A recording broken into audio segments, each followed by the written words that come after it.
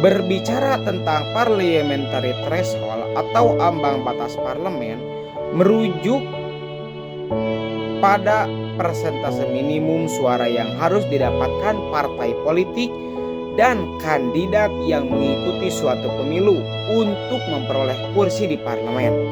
Ambang batas ini diterapkan untuk mencegah fragmentasi politik yang berlebihan dan memastikan bahwa partai-partai yang mendapatkan kursi di parlemen memiliki dukungan yang signifikan.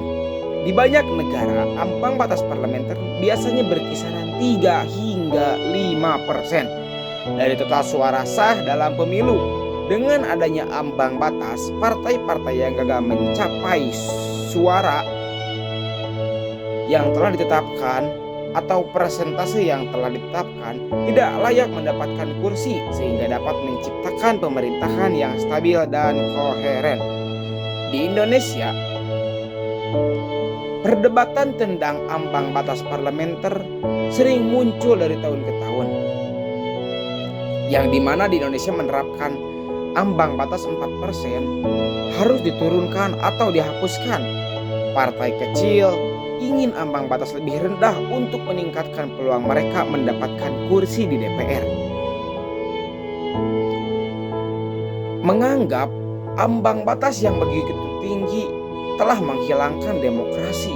Sebaliknya, pendukung ambang batas yang tinggi berlandaskan alasan untuk menghilangkan fragmentase politik dan mendukung pembentukan partai yang lebih kuat, yang dimana hal tersebut akan menciptakan pemerintahan yang lebih stabil dan efisien. Begitu tahun demi tahun dilewati, kasus ini terus muncul. Contohnya pada pemilu 2019, Partai Bulan Bintang dan Partai Solidaritas Indonesia tidak memenuhi ambang batas 4% untuk memperoleh kursi di DPR. Keduanya mengajukan gugatan ke Mahkamah Konstitusi untuk menurunkan atau menghapuskan ambang batas tersebut dengan alasan bahwa ambang batas yang tinggi menghambat partisipasi partai kecil. Lebih dari itu, mereka membawa dasar keadilan. Namun, Mahkamah Konstitusi memutuskan untuk tetap mempertahankan ambang batas 4% yang tetap menjadi topik perdebatan di Indonesia.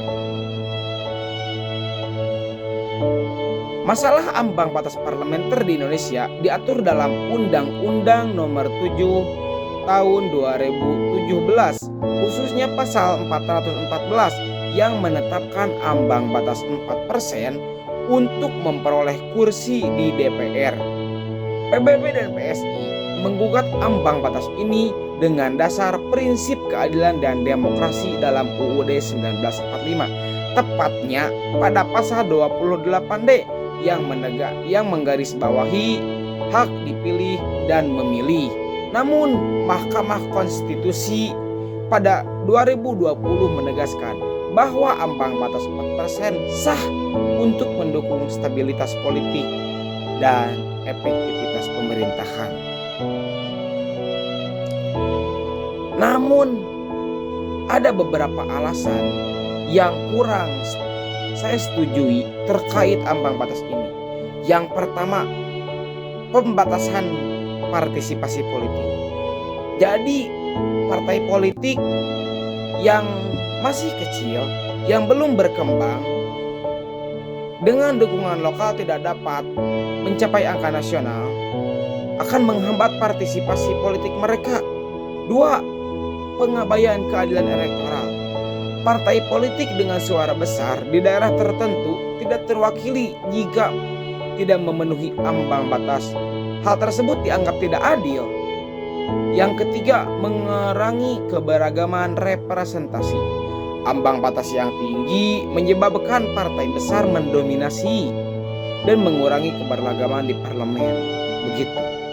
Dan nomor 4, menghambat partai baru. Jadi partai baru yang masih berkembang, yang belum mendapatkan ketenaran, yang belum mendapatkan trending di dunia perpolitikan, mereka sulit untuk mendapatkan kursi di parlementer.